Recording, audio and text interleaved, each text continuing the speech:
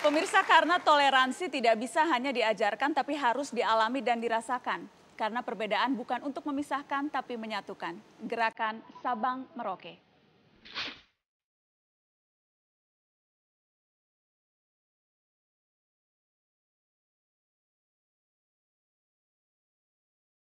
Saya tidak akan putus sekolah selama saya mampu untuk melakukannya.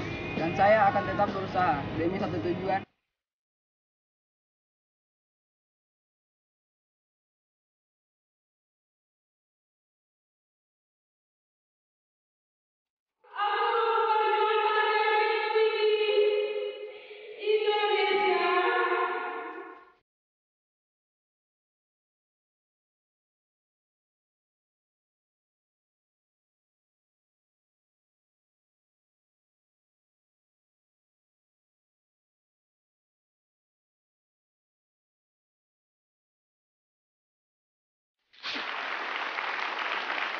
Dan sudah hadir di meja mata Najwa inisiator gerakan Sabang Merauke, Ayu Kartika Dewi. Selamat malam Mbak Ayu, terima kasih sudah hadir. Terima kasih. Dan juga sudah hadir anak Sabang Merauke asal Sumatera Selatan, Yohana.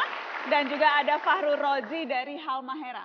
Betul ya, Fahrul Rozi, Yohana, dan ini Mbak Ayu. Mbak Ayu, jadi persisnya gerakan Sabang Merauke, ini apa? Singkatnya, Sabang Merauke itu adalah pertukaran pelajar antar daerah di Indonesia. Oke. Jadi, karena kita percaya toleransi itu tidak bisa hanya diajarkan, toleransi itu harus dialami, harus dirasakan. Makanya kita ingin anak-anak Indonesia merasakan indahnya toleransi, indahnya perbedaan. Jadi mereka diajak ikut pertukaran pelajar. Selama liburan sekolah, mereka tinggal bersama keluarga yang berbeda-beda. Sehingga ketika mereka kembali ke daerahnya masing-masing, ke sekolahnya masing-masing, mereka jadi duta perdamaian. Duta perdamaian. Tujuan besarnya siapapun yang ikut ini akan bisa membawa pesan-pesan kedamaian. Betul banget. Menghargai perbedaan. Betul. Kita kasih tepuk tangan. Dari mana ide awalnya? Muncul ide awal membuat gerakan Sabang Merauke. Jadi cerita awalnya sekitar 5 tahun yang lalu saya pernah jadi guru SD di Halmahera Selatan, di Maluku Utara. Jadi sekitar tahun 99 kan ada kerusuhan Ambon yang waktu itu meluas sampai ke Halmahera Selatan. Dan setelah itu banyak desa-desa yang disekat. Akibatnya banyak anak-anak yang tumbuh tanpa pernah mengenal orang dari agama lain.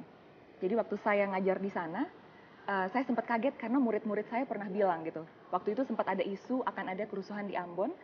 Jadi murid-murid saya tuh lari ke rumah dengan panik gitu. Ibu Ayu, hati-hati. Kerusuhan sudah dekat katanya. Hah, kamu tahu nak kerusuhan itu jauh sekali di Ambon. Nanti kerusuhannya naik pesawat, Bu. Jadi anak-anak ini bahkan nggak paham artinya kerusuhan. Terus mereka bilang lagi, jadi waktu itu saya kebetulan ditempatkan di desa yang 100% Islam. Murid-murid saya bisa bilang, Ibu Ayu hati-hati dengan orang Kristen. Nanti orang Kristen bisa bakar-bakar kita pe rumah katanya. Bahkan anak-anak ini tidak pernah bertemu orang Kristen seumur hidupnya. Mereka bahkan tidak paham artinya kerusuhan, tapi mereka bisa sebegitu bencinya, bisa sebegitu takutnya karena kebencian ini ditanamkan turun-temurun. Dan ini tahun 2010 ya? Saya ngajar 2010 sampai 2011. Jadi ini baru beberapa tahun yang lalu, kita tidak bicara 10 tahun, ini baru saja terjadi. Betul. Jadi akhirnya setelah saya kembali ke Jakarta, saya ngobrol dengan teman-teman dan beberapa teman-teman yang sama-sama pernah ikut pertukaran pelajar. Kita sama-sama merasa bahwa kita yang pernah merantau, yang pernah merasakan menjadi minoritas itu biasanya lebih toleran. Karena kita pernah merasakan ternyata jadi minoritas itu nggak gampang ya. Sehingga kita memutuskan ini anak-anak Indonesia juga harus merasakan pengalaman yang sama. Harus pernah berinteraksi. Karena hanya dengan interaksi yang nyata, maka tembok-tembok stereotip itu bisa runtuh. Jadi kalau anak-anak Indonesia sudah semakin banyak yang diajarkan bahwa berbeda itu tidak apa-apa, berbeda itu biasa, dan berbeda itu indah, maka mereka akan tumbuh jadi orang-orang yang percaya pada perdamaian, orang-orang yang menghargai perbedaan, dan Indonesia akan jadi tempat yang lebih damai. Dan karena tidak bisa diajarkan, tapi harus dialami dan dirasakan, makanya ada pertukaran pelajar daerah. Betul. Sabang Merauke. Betul. Dan Ayung dan Yohana ini termasuk yang waktu itu ikut. Betul. Jadi ini hanya untuk SMP ya, Mbak? Anak SMP. Anak SMP. Kenapa targetnya hanya SMP? Jadi kita ingin mulainya semudah mungkin. Oke. Supaya karena masih dalam masa-masa pertumbuhan, masa pembentukan watak, jadi kita ingin anak-anak sudah punya semangat perdamaian sejak dini. Tapi kita tidak ingin juga terlalu mudah karena anak-anak ini pemberani sekali ya. Ini karena anak-anak dari seluruh Indonesia, mereka harus berangkat ke Jakarta sendirian. Dan banyak dari mereka yang bahkan belum pernah keluar dari daerahnya gitu. Tapi mereka berani naik pesawat sendirian ke Jakarta. Jadi pengalamannya lengkap, mulai dari keluar dari daerah sampai kemudian berada di sini. Dan berada di keluarga yang berbeda juga. Berada di keluarga yang berbeda. Saya mau ke Fahrul Rozi. Jadi Ayu mau tuh kenapa? Ya. Mau ikut gerakan Sabang Merauke karena apa? Ya saya berawal dari ingin coba aja, ingin coba-coba ini. Tadinya mau program apa. coba-coba? Ya coba-coba saja. Pas mengikuti gerakan Sabang Merauke bisa tahu adanya perbedaan persis yang dikatakan Ibu Ayu di sana tuh perbedaan agama tuh sangat kuat. Jadi orang Kristen itu kebanyakan benci sama Islam, Islam benci sama Kristen seperti itu. Jadi pas saya keluar saya ketemu sama orang-orang yang berbeda agama dengan saya, ada yang Kristen, ada yang Buddha, membuat saya tuh jadi terharu. Oh ternyata perbedaan itu membuat kita jadi sesuatu yang besar. Gitu. Tidak,